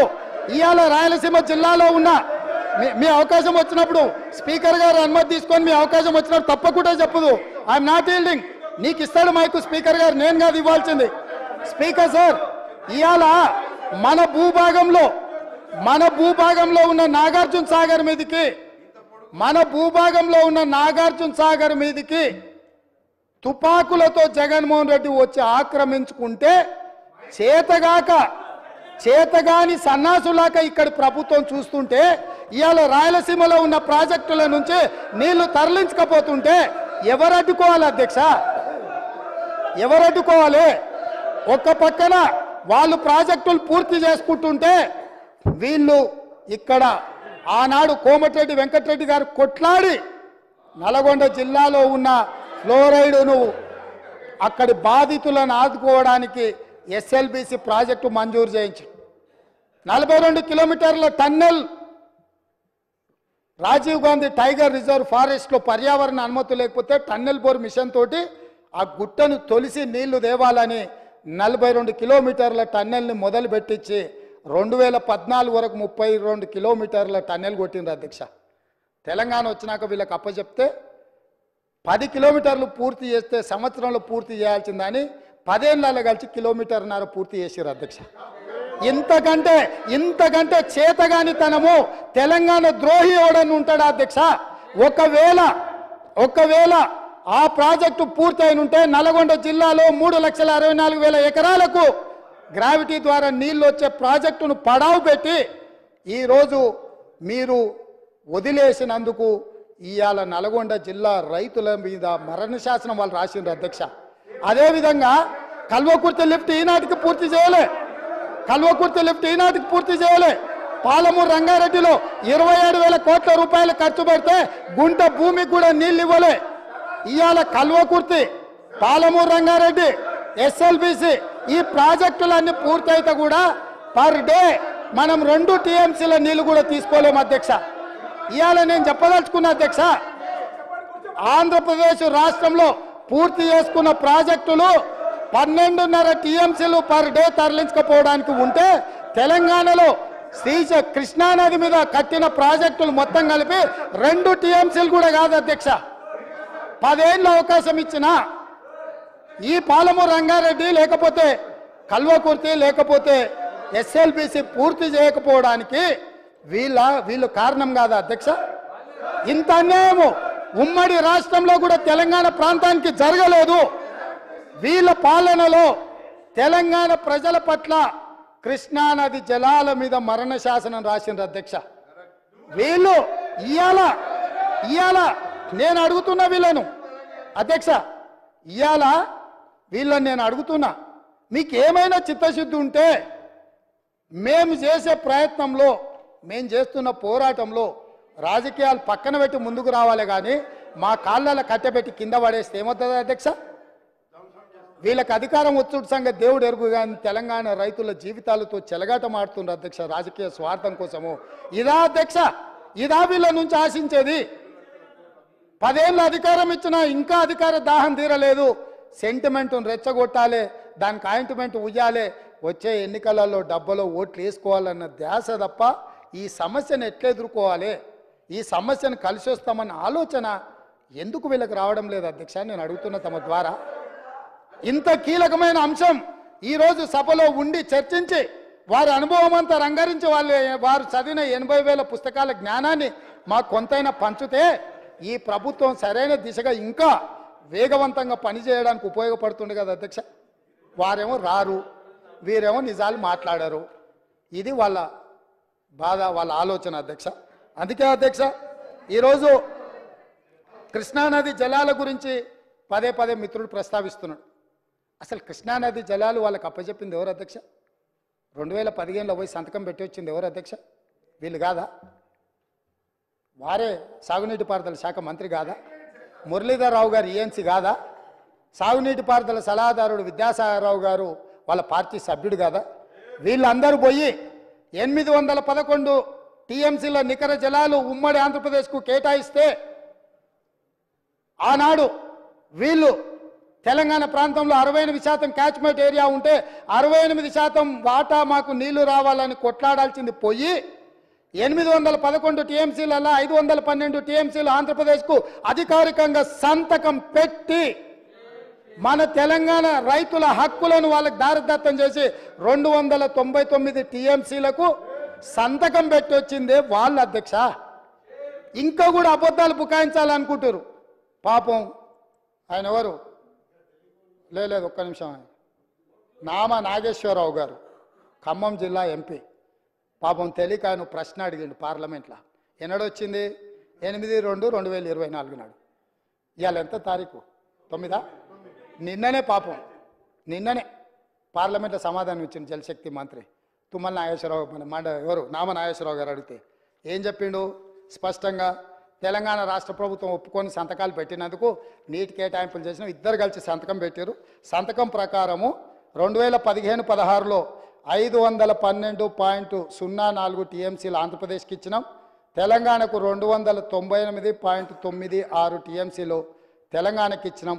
18th and 19th June 2 Telangana రాష్ట్రము 14లో ఏర్పడితే సంవత్సరం తిరిగే లోపల 18th and 19th జూన్ 2015 వీళ్ళు పోయి సంతకాలు పెట్టారు. అదేవిధంగా 2000 మొదటి సంవత్సరం ఒకవేళ తెలిసి తెలవకనో అవగాహన ఉండి లేకనో అధికారంలోకి వచ్చిన ఆనందంలో ఏడ సంతకం పెడుతున్నామో చూసుకోకవేళ పెట్టిండ్రు అనుకుంటే సరే ఓసారి చూడనట్టు మనం ఏదన్నా అనుకోవచ్చు అధ్యక్ష. మళ్ళా 2016-17లో సేమ్ దాని ప్రకారమే 21 అండ్ 22 జూన్ 2016 నాడు మళ్ళీ సేమ్ సంతకం పెట్టారు అధ్యక్ష. 2017-18లో మళ్ళీ 7th meeting of board held 4/11/2017.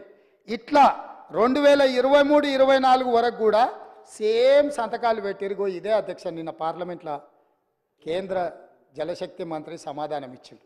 ఇది నేను ఇంకెవరో కాదు, నామ నాగేశ్వరరావు గారు వాళ్ళ పార్లమెంటరీ పార్టీ నాయకుడు లోక్సభలో అడిగితే వారికే జవాబు ఇచ్చిండ్రు అధ్యక్ష. ఇప్పుడు నేను మిత్రుడు హరీష్ రావు గారిని అడుగుతున్నా, ఏం జవాబు చెప్తావు? మొత్తము దారదత్తం చేసి తెలంగాణ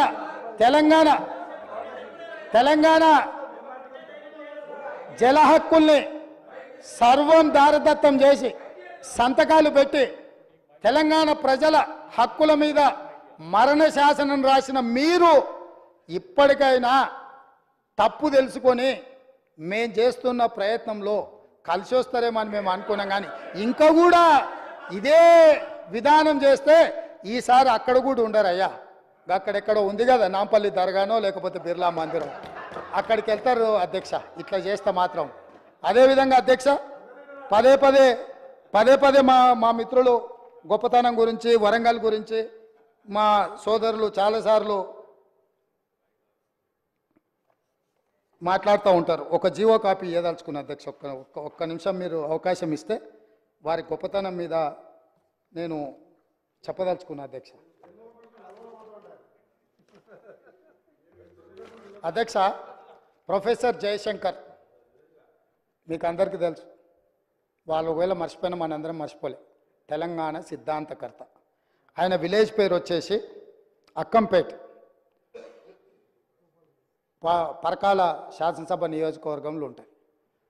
వారు పుట్టి పెరిగి అక్కడనే ఉన్న అక్కంపేట విలేజ్ను రెవెన్యూ విలేజ్ కింద కూడా వాళ్ళు ప్రకటించలే అధ్యక్ష. ధరణి తెచ్చినాం దందాలు చేసినాం అని చెప్తారు తప్ప కనీసం జయశంకర్ గారు పుట్టి పెరిగిన ఊరు ఆయన చివరి కోరిక రెవెన్యూ విలేజ్గా అక్కంపేటను మార్చమని వారు కోరుకుంటే 9.5 సంవత్సరాలైన ప్రొఫెసర్ జయశంకర్ గారు సొంత ఊరుని తెలంగాణ రాష్ట్ర చిత్రపటం మీద రెవెన్యూ విలేజ్గా కూడా గుర్తించక ఒక అనాథలాగా వదిలేస్తే మా ప్రభుత్వం వచ్చినాక జీఓఆర్టీ నెంబర్ 405 7/12/2023 ఎన్నడు అధికారం చేపట్టిన అధ్యక్ష 7 తారీఖు నాడు డిసెంబర్ 7 నాడు అధికారం చేపట్టిన మరుక్షణం ప్రొఫెసర్ జయశంకర్ గారు సొంత ఊరును రెవెన్యూ విలేజ్గా ప్రకటించి జీవో ఇచ్చింది. ప్రొఫెసర్ జయశంకర్ గారు సిద్ధాంతకర్తను గౌరవించిన గొప్ప చరిత్ర మా ప్రభుత్వాన్ని. వారి గ్రామాన్ని రెవెన్యూ విలేజ్గా తీర్చిదిద్దింది మా ప్రభుత్వం అధ్యక్ష. మేము ఎప్పుడు ఈ గొప్ప వ్యక్తులను ఎప్పుడు మేము ఈ చిన్న చూపు చూడలే. వాళ్ళు పార్టీ పెట్టుకున్న రోజు వాళ్ళకు నిలువ నీడనిచ్చిన కొండా లక్ష్మణ్ బాపూజీ జలదృశ్యాన్ని వాళ్ళ పార్టీ ఆఫీస్కి ఇస్తే కనీసం ఆయన చనిపోయినప్పుడు చివరి చూపులకు కూడా వారిని చూడడానికి వారిని పరామర్శించడానికి పోలే. అట్లాంటిది మీరు తెలంగాణ గొప్పతనాల గురించి తెలంగాణ త్యాగాల గురించి మీరు మాట్లాడితే ఎట్లుంటుంది? దయ్యాలు వేదాలు ఒలవేసిండ్రు అని ఏదో అంటారు కదా, వీళ్ళని చూస్తే దయ్యాలు కూడా సిగ్గుపడేటట్టే ఉన్నాయి అధ్యక్ష. ఏమో వీళ్ళని మాతో పోలుస్తున్నారేందండి. అదే చెప్పిన అవి కూడా వీళ్ళని చూస్తే కొంచెం వెనక ముందు అయ్యేటట్టుంది. అదేవిధంగా అధ్యక్ష కొమరం భీం ఎవరు అధ్యక్ష? కొమరం భీముడు ఎవరి? కొమరం భీముడు జల్ జమీన్ జంగుల్ అని చెప్పి ఆ రోజు ఆదివాసీల కోసం యుద్ధం చేసిన పోరాట యోధుడు అధ్యక్ష. మనకు స్ఫూర్తి ప్రదాత. కొమరం భీం ఘాట్ ప్రకటించి దాన్ని పూర్తి చేయక గాలికి వదిలేస్తే 9.5 సంవత్సరాలు అక్కడ 30 ఇండ్లు మంజూరు చేసి నిధులు ఇవ్వక కొమరం భీం వారసుల కాడ ఇండ్లు కట్టించడానికి వీళ్ళు నిధులు ఇవ్వకపోతే ఒక 6 మంది సొంత డబ్బులతో ఇల్లు కట్టుకున్నారు. ఒక 6 మంది మాకు వద్దని పునాదులు వేయలేదు. మిగతా 18 మంది నిధులు లేక మొండి గోడలతో నిలబడితే మా ప్రభుత్వం వచ్చిన వెంబడే కొమరం భీం వారసులకు ఇండ్లు కట్టించడానికి 20 కోట్ల రూపాయలు మంజూరు చేసి ఆ ప్రాంతాన్ని మొత్తం అభివృద్ధి చేయండి అని చెప్పి కొమరం భీం వారసులకు ఇండ్లు కట్టించే బాధ్యత 7 తారీఖు నాడు మేము నిర్ణయం తీసుకున్నాం అధ్యక్ష. ఇదే కాదు అధ్యక్ష, ఇంద్రవెల్లి అంటేనే రోమాలు నిక్కబొడుచుకుంటాయి అధ్యక్ష. దళితులు, గిరిజనులు, ఆదివాసీలు పోరాటానికి స్ఫూర్తిగా తీసుకొని ఈ ప్రపంచం ముందు నిటారుగా నిలబడి నేల కొరిగినరు తప్ప ఎవరికి లొంగలేదు, వంగలేదు. అట్లాంటి ఇంద్రవెల్లిని 9.5 సంవత్సరాలలో ఏ రోజైనా ఒక స్మృతి వనం కింద మారుద్దాం, ఒక స్ఫూర్తినిచ్చే పుణ్యక్షేత్రంగా చేద్దామని ఏ రోజైనా ఆలోచన చేసిండ్రా అధ్యక్ష? మేము ఆలోచన చేసినాం. ఎకరం భూమి కేటాయించినాం, ₹1 కోటి స్మృతివనం చేసి పోరాట యోధులకు సముచితమైన స్థానం కల్పించడమే కాదు, ఆనాడు నేల కొరిగిన 1981 ఏప్రిల్ 20 తారీఖు నాడు నేల కొరిగిన కుటుంబాలను వెతికి ఎక్కడున్నారో వాళ్ళను చేరుకొని వాళ్ళకి ఇందిరమ్మ ఇల్లు కట్టుకోవడానికి ఇంటి స్థలంతో పాటు ఇల్లు కట్టుకోవడానికి 5 లక్షల రూపాయలు ఆ కుటుంబాలకు ఇచ్చి ఆదుకున్న చరిత్ర మాది. పోరాట యోధులను, త్యాగాలు చేసిన వాళ్ళను గుర్తించిన చరిత్ర మాది అధ్యక్ష. మా ప్రభుత్వమే, మా పార్టీ త్యాగాలకు నిలయం అధ్యక్ష. మా పార్టీ చేసిన త్యాగాలతో పోలిస్తే ఎవరు మా పార్టీలో కలెక్షన్ కావాలన్నప్పుడల్లా రాజీనామా డ్రామా, ఖర్చులకు ఏమన్నా నగదు కావాలంటే నగదు బదిలీ పథకం పెట్టాలంటే రాజీనామాలు చేయరా, ఎంబడే పట్టుకరండి, నగదు దేయండి. ఇది త్యాగానికి ఇక్కడ ఉన్నాడు వెంకటరెడ్డి. మంత్రి పదవి తెలంగాణ రాష్ట్రం వచ్చే వరకు తీసుకోని అన్నాడు, ఉమ్మడి రాష్ట్రంలో తీసుకోలే, మళ్ళీ తెలంగాణ వచ్చినాకనే మంత్రి పదవి చేపట్టిండు. మీలాగే కాదు, 3 నెలల తర్వాత మళ్ళెమ్మడి వచ్చి కుర్చీలో కూర్చున్న అలవాటు ఇక్కడ లేదు. కాబట్టి మీకు అసలు మాట్లాడే అర్హత ఎక్కడిది? మీకు మాట్లాడే అర్హత ఎక్కడిది? అందుకే అదే కాదు అధ్యక్ష, గూడ అంజన మీకు అందరికీ తెలుసు. దొరేందురో దొర పీకుడేందురో అని మా గొప్ప కవి ప్రజలలో చైతన్యం తీసుకొచ్చినాడు. గ్రామాన దళితుల, గిరిజనులను చైతన్యం చేసినాడు. గూడ అంజన్న క్యాన్సర్ వచ్చి చచ్చిపోయే ముందల చివరి రోజుల్లో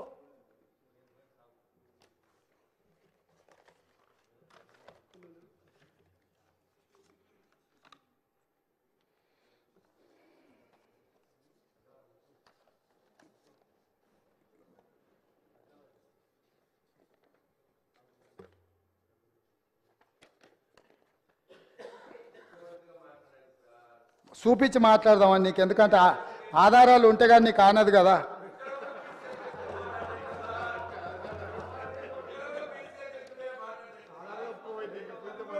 గూడ అంజన్న కన్నుమూత. ఆయన చివరి కోరిక ఏంది అధ్యక్ష? పక్షవాతంతో బాధపడుతూ ఆసుపత్రిలో చికిత్స పొందుతున్న సమయంలో ముఖ్యమంత్రి కేసీఆర్ను చూడాలనే చివరి కోరికను అంజయ్య తన కుటుంబ సభ్యులకు తెలియజేశారు. మొదట అంజయ్యను పరామర్శించేందుకు కేసీఆర్ వస్తారని సీఎం కార్యాలయ సిబ్బంది చెప్పినా తర్వాత రాలేదని భార్య హేమమాలిని చెప్పారు. గూడ అంజన్న చివరి కోరిక ఒక్కసారి కేసీఆర్ను కలవాలి, పలకరించాలి అని. గూడ అంజన్నను పరామర్శించడానికి కూడా రాజసౌధంలో నుంచి వీళ్ళు బయటికి రాలేదు అధ్యక్ష. అంటే ఈ తెలంగాణ సమాజంలో కవులకు, కళాకారులకు వీళ్ళు ఇచ్చిన గౌరవము, మర్యాద, గూడ అంజన్న పరిస్థితే గిట్లుంటే తెలంగాణలో పరిస్థితులు ఎట్లున్నాయో మీరు ఒక్కసారి అర్థం చేసుకోండి అధ్యక్ష. నేను ఎందుకు చెప్తున్నా అంటే వాళ్ళలాగా మేము కాదు అధ్యక్ష. గద్దరన్న వినతి పత్రం ఇద్దామని ప్రగతి భవన్ ముందల పోయి ఎర్రటెండకు మిట్ట మధ్యాహ్నము 3 గంటలు అక్కడ నించుంట కూడా లోపలికి రానియలేదు అధ్యక్ష. గద్దరన్న చనిపోయిన రోజు ఆసుపత్రికి వచ్చి పోలీసులు అక్కడి నుంచే శవాన్ని ఇంటికి తీసుకెళ్ళి అక్కడికక్కడ దాన సంస్కారాలు చెయ్యాలనే ప్రయత్నం చేస్తే మేము అక్కడికి వెళ్ళి నిలబడి గద్దరన్న శవాన్ని తీసుకొని వచ్చి ఎల్బీ స్టేడియంలో పెట్టి ప్రజల సందర్శనార్థం పెట్టి లక్షలాది మందిని తీసుకొచ్చి సందర్శించే విధంగా చేసి గద్దరన్నకు నివాళులు అర్పించే అవకాశం తెలంగాణ సమాజానికి అంత మేము ఇచ్చినాం అధ్యక్ష. 10 నిమిషాలు చంద్రశేఖరరావు గారికి గద్దరన్న శవాన్ని అయినా నివాళులు అర్పించడానికి సమయం దొరకకపోతే వీళ్ళ తెలంగాణ ఉద్యమకారులను గౌరవించేదని మీ ద్వారా అడుగుతున్నా అధ్యక్ష. అందుకే ఏ గద్దరన్న పేరు చరిత్రలో ఉండొద్దని వాళ్ళు అనుకున్నారో, ఏ గద్దరన్నని చరిత్ర పుటలలో కప్పేయాలని చూసినో ఆ గద్దర్ గారి పేరు మీదనే నంది అవార్డులను, నంది పురస్కారాలను గద్దర్ పురస్కారాల కింద మార్చి శాశ్వతంగా ప్రతి సంవత్సరం గద్దరన్నను స్మరించుకునే విధంగా వీళ్ళు వద్దనుకున్న అందశ్రీ జయ జయ తెలంగాణ వాళ్ళ చెవులల్లో మారు మోగాలని ఇవాళ మా ప్రభుత్వం నిర్ణయాలు తీసుకున్నది అధ్యక్ష. ఇవన్నీ మా నిర్ణయాలు కాదు, ప్రజల యొక్క అభిప్రాయాన్ని మేము శాసనం చేసినాం. ఇది ప్రజల తరఫున ప్రజలు ఎన్నుకున్న ప్రభుత్వం, ప్రజాప్రభుత్వం చేస్తున్న ఒక మంచి ప్రయత్నం అధ్యక్ష. ఈ ప్రయత్నాలను అభినందించకపోయినారు అధ్యక్ష. వాళ్ళకు మనసు రాదు, లేకపోతే వాళ్ళకు ఉద్దేశం లేకపోవచ్చు, వాళ్ళకు వేరే మేము ఇక్కడ ఉన్నామని చూడడానికే ఇష్టపడకపోవచ్చు.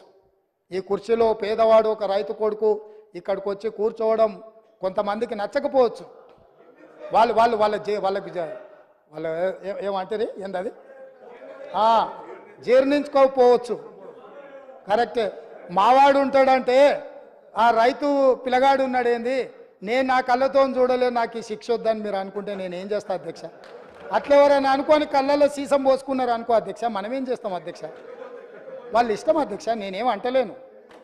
కాబట్టి ఇవాళ నేను అడిగేది ఒకటే అధ్యక్ష, మీ మీ మీ మీ భవన్లు ఇంకా చాలా ఉన్నాయి అధ్యక్ష. ఎందుకు ఇక ఫీల్ అవుతారు ఇప్పుడే ఎందుకు మళ్ళా? కానీ నేను ఒకటే మాట చెప్పదలుచుకున్నా అధ్యక్ష.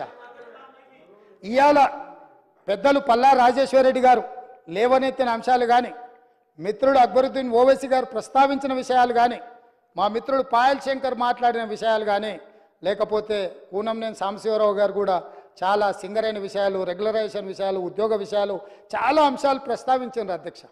వాళ్ళందరూ ఏవేవైతే అంశాలు ప్రస్తావించారో వాటన్నిటిని కూడా మా మంత్రివర్గం రాసుకున్నది, మా ప్రభుత్వం రాసుకున్నది. తప్పకుండా చట్ట పరిధిలో చేయాల్సిన అన్ని పనులను చేస్తాము. మేము మీ నుంచి సహకారం ఆశిస్తున్నాం. ప్రజలు కూడా కోరుకుంటున్నారు, మీరు ప్రజల మేలు కోసం పనిచేయండి. ఎన్నికలు వచ్చినప్పుడు మాత్రమే ఎన్నికల తర్వాత ఈ రాష్ట్రం సంక్షేమ రాజ్యంగా, అభివృద్ధి రాష్ట్రంగా ముందుకు నడిపించాలి, ప్రతిపక్షాలుగా మీ బాధ్యతను నెరవేర్చాలని ప్రజలు కోరుకుంటున్నారు. ప్రజాభిప్రాయానికి భిన్నంగా మీరు వ్యవహరించి రాజకీయ చదరంగంలో మేమేదో ఎత్తులేస్తాం, పై ఎత్తులేస్తామని ఒకవేళ మీరు అనుకుంటే మంచిది, అది కూడా చూద్దామని చెప్పి తమరి ద్వారా వారికి చెప్పదలుచుకున్న అధ్యక్ష. కింది నుంచి వ్యవసాయ కుటుంబం నుంచి నల్లమల అడవుల నుంచి మెట్టు ఎక్కుతూ ఇక్కడికి వచ్చినాం అధ్యక్ష. ఈడున్న వాళ్ళు ఎవరు ఉత్తగా రాలే. మేమెవరము ఆశామాసిగా మేనేజ్మెంట్ కోటా పేరునో, తండ్రి పేరో, తాత పేరో చెప్పుకొని ఉద్యమం ముసుగులోనో ఎవరో త్యాగాలు చేస్తే ఎవరో అనుభవించే విధానంలో రాలేదు అధ్యక్ష. జిల్లా పరిషత్ మెంబర్గా, ఎమ్మెల్సీగా, ఎమ్మెల్యేగా, ఎంపీగా, ఈరోజు ముఖ్యమంత్రిగా ఈ దేశంలో ఉన్న అన్ని చట్టసభలలో పనిచేసిన అనుభవంతో ఇక్కడ వచ్చి కూర్చున్నాం అధ్యక్ష. ప్రజల యొక్క అభిప్రాయాన్ని 60 రోజులు మొత్తం తీయండి అధ్యక్ష. ఏ ఒక్క రోజైనా, ఏ ఒక్క గంట అయినా ప్రజలకు అందుబాటులో లేకుండా మా ప్రభుత్వం ఉన్నదా? ఆనాడు మేమే స్వయంగా పార్టీ అధ్యక్షుడిగా, పార్లమెంట్ సభ్యుడిగా సచివాలయంలో ఒక అధికారిని కలవడానికి అక్కడికి వెళ్తే వందలాది పోలీసులు చుట్టుముట్టి అంతర్జాతీయ తీవ్రవాదిని నిర్బంధించినట్టు మొత్తం బంధించి తీసుకుపోయి మా ఇంటి దగ్గర పడేసిరు అధ్యక్ష. ఒక ఆదివాసి బిడ్డ సీతక్క సెక్రటేరియట్లో పోయి ఒక వినతి పత్రం ఇస్తామంటే ఆడబిడ్డ అని కూడా చూడకుండా ఆమెను పోలీసులు అరెస్టు చేసిండ్రు అధ్యక్ష. ఎవరి కోసం కట్టిండ్రు అధ్యక్ష? ఎవరి కోసం ఆ సచివాలయము? ప్రజాప్రతినిధుల కోసం, ప్రజల సందర్శన కోసం కాదా? ఎవరి ఆస్తి అది? ఎవరి కోసము? ఎవరి పరిపాలన అక్కడి నుంచి జరగాలి అధ్యక్ష? ప్రజలే రానియని ప్రగతి భవన్లు, ప్రజలనే రానియని సచివాలయాలు ఈ తెలంగాణ రాష్ట్రంలో ఎంతకాలం సాగుతాయని వాళ్ళు విర్రవీగుతున్నారు అధ్యక్ష. అందుకే ప్రగతి భవన్ గోడలు బద్దలు కొట్టినము, సచివాలయం గేట్లు బార్లా తెరిచినము, ప్రజాప్రతినిధులందరినీ రమ్మని చెప్పినాము, వాళ్ళు చెప్పేది వింటామని చెప్పినాము, మానవత్వంతో సమస్యల్ని పరిష్కరిస్తామని చెప్పినాము. అందుకే ఈరోజు అధ్యక్ష తమరి ద్వారా వారు బాధ్యతాయుతమైన ప్రతిపక్షంగా సమస్యల్ని లేవనెత్తండి, పరిపాలనలో సహకరించండి. కేంద్ర ప్రభుత్వం దుర్మార్గంగా ప్రాజెక్టులను ఆక్రమించుకోవాలనుకుంటే రండి, కలిసి కొట్లాడదాం. ఈ రాష్ట్రానికి వచ్చినప్పుడు మీరు మేము వేరుండొచ్చు, పక్క వాళ్ళు మన మీదకి వచ్చినప్పుడు మనమందరం ఒకటి కావాలి. వాళ్ళకి సందర్భంగా నేను గుర్తు చేయదలుచుకున్నా, కౌరవులు పాండవులు పక్క రాజ్యం వాళ్ళు వస్తే 105 మంది, వాళ్ళకు వాళ్ళే వస్తే 100 ఒక పక్కన, 5 ఇంకొక పక్కన. కానీ పక్కవాడు దండెత్తినప్పుడు 105 మంది ఒక్కటి ఉండేది. పోయినసారి మా వాళ్ళు 5 మంది ఉన్నారు, మీరు 100 మంది ఉన్నారు. సరిగ్గా లెక్క కూడా అట్లనే ఉంది. లెక్క అంతే ఉంది కదా అధ్యక్ష. బయటోడు వచ్చినప్పుడు కనీసము కొంచెం విఘ్నత ప్రదర్శించండి అని చెప్పి నేను చెప్తున్నా అధ్యక్ష. నేనేమి కాని కోరికలు కోరట్లేదు అధ్యక్ష. ప్రజలు ఒక తీర్పు ఇచ్చిండ్రు, ప్రజల తీర్పును గౌరవించండి. ప్రజాస్వామ్యాన్ని బ్రతికించడానికి పనిచేద్దాం మనము. మీకేం వయసు అయిపోలే కదా, ఉంది కదా, ఇంకా ముందల ఏమన్నా ఉండొచ్చు కదా, ఎందుకంత ఆత్రపడుతుర్రు? ఆ ఒక్కని కోసం వీళ్ళందరినీ బలిచ్చేటట్టుర్రు. సన్ స్ట్రోక్ అంటారు కదా అధ్యక్ష ఇంగ్లీష్లో. అట్లాంటి పరిస్థితి ఈ రాష్ట్రానికి తగలొద్దని మీ ద్వారా అన్ని విషయాలు దాదాపుగా నేను ప్రస్తావించినానే అనుకుంటున్నాను. సభ్యులు ఏదైనా అడిగిన విషయాలు ఇంకా ఉంటే కూడా అవసరం అనుకుంటే వాళ్ళను ఈ సమావేశాలు పూర్తి కాగానే పార్టీ పరంగా ఇటు మా మిత్రులు భారతీయ జనతా పార్టీ శాసనసభ్యులు వాళ్ళు కూడా ప్రజలు ఎన్నుకుంటేనే, ప్రజల అభిప్రాయం ప్రజలు ఎన్నుకుంటేనే ఇక్కడికి వచ్చిండ్రు. వాళ్ళతో కానీ ఎంఐఎంతో కానీ సిపిఐతో కానీ టీఆర్ఎస్ ఇప్పుడు అదేదో పేరు అంటే వాళ్ళే కన్ఫ్యూజన్లు ఉండ్రు. అంటే ఆయన కేటీఆర్ఎస్ అని ఒక అదేదో ఉన్నట్టుంది కదా, ఇంకా అదే ఉందేమో అనుకుంటున్నా. మార్పు రాలేదు, అది కూడా మార్పు రావాలి కదా. సో అందుకోసమని ఎవరికైనా మేము అందుబాటులో ఉంటాము. మేము మీకోసము, ప్రజల కోసము, ప్రజల సమస్యలు మీరు ఏం తీసుకొచ్చినా వింటాము. మాకు మనసు ఉంది, ఈ ప్రభుత్వం మనసున్న ప్రభుత్వము, మేము బాధ్యతతో వ్యవహరిస్తాము. ఇక్కడ వివరణ ఇచ్చింది ఒకవేళ ఇంకా మీరు ఆశించినా రాబోయే చర్చలలో మిగతా విషయాలు మాట్లాడదాం. ప్రభుత్వంలో ఎప్పుడైనా సచివాలయంలో నేను అందుబాటులో ఉంటాను, నా కార్యాలయ అధికారులు అందుబాటులో ఉంటారు. ప్రతిరోజు వచ్చిన వాళ్ళందరినీ మేము కలుస్తూనే ఉన్నాము. మేము ఎవరిని కలవకుండా వివక్ష చూపించము. మాకు భేషజాలు లేవు. మేము వచ్చి కలిసినంత మాత్రాన అనవసరమైన ప్రచారాలు కూడా కల్పించే దుర్బుద్ధి కూడా మాకు లేదు. మీరెవరు భయపడాల్సిన పని లేదు. అక్కడ ఉన్న 39 మందిలో ఎవరైనా ఎప్పుడైనా రావచ్చు, కలవచ్చు. ఎవరు మిమ్మల్ని అనుమానించినట్టు చూస్తే, మీకు ఏదైనా ఇబ్బంది ఉందని మీరు ఏదన్నా అనుకుంటే అట్లాంటివి అన్నిటిని కూడా పక్కన పెట్టండి. రండి, మన రాష్ట్రాన్ని పునర్నిర్మించుకుందాం. 9.5 సంవత్సరాల్లో జరిగిన విధ్వంసాన్ని మళ్ళీ ఈరోజు పునర్నిర్మించుకోవడానికి అవసరమైన సహకారం అందరి నుంచి నేను ఆశిస్తున్నా అధ్యక్ష. ఒక రైతు బిడ్డగా చిన్న వయసులో నాకు గొప్ప అవకాశం వచ్చింది. ఎంతోమంది మేధావులు కావచ్చు, విఘ్నులు కావచ్చు, చాలామంది రాజకీయ దురంధరులు ఉండొచ్చు, వాళ్ళు ఎవరికి రాని అవకాశం ఈరోజు మా పార్టీ శ్రీమతి సోనియా గాంధీ గారు, మల్లికార్జున ఖర్గే గారు అవకాశం ఇచ్చారు. మా ఎమ్మెల్యేలు అందరూ కూడా అండగా నిలబడ్డారు. నేను అధ్యక్షుడిగా, అప్పుడప్పుడు ఇది ప్రజా తీర్పు కాదు పార్టీ తీర్పు అని, నేను అధ్యక్షుడిగా ప్రజల దగ్గరికి వెళ్ళిన అధ్యక్ష. నా అధ్యక్షతను ఎన్నికలు చేసినాం.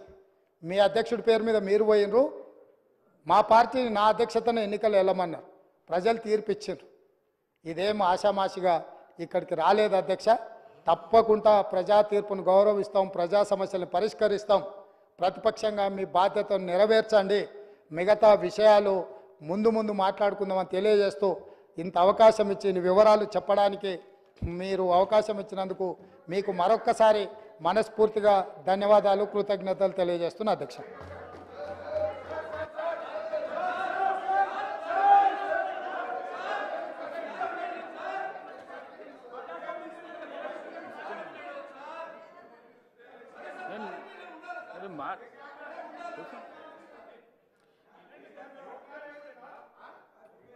ఈరోజు గవర్నర్ గారి ప్రసంగానికి ధన్యవాదాలు తెలిపే తీర్మానంపై చర్చలో పాల్గొన్న గౌరవ సభ్యులకు మాత్రమే క్లారిఫికేషన్స్కు అవకాశము ఇవ్వబడును.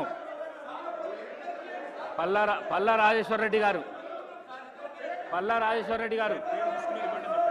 హరీష్ రావు గారిని సార్, హరీష్ రావు గారి పేరు తీసుకున్నారు కాబట్టి వారికి ఇవ్వండి. హరీష్ రావు గారి పేరు ఇవ్వండి. ముఖ్యమంత్రి గారు అధ్యక్ష ముఖ్యమంత్రి గారే చెప్పారు.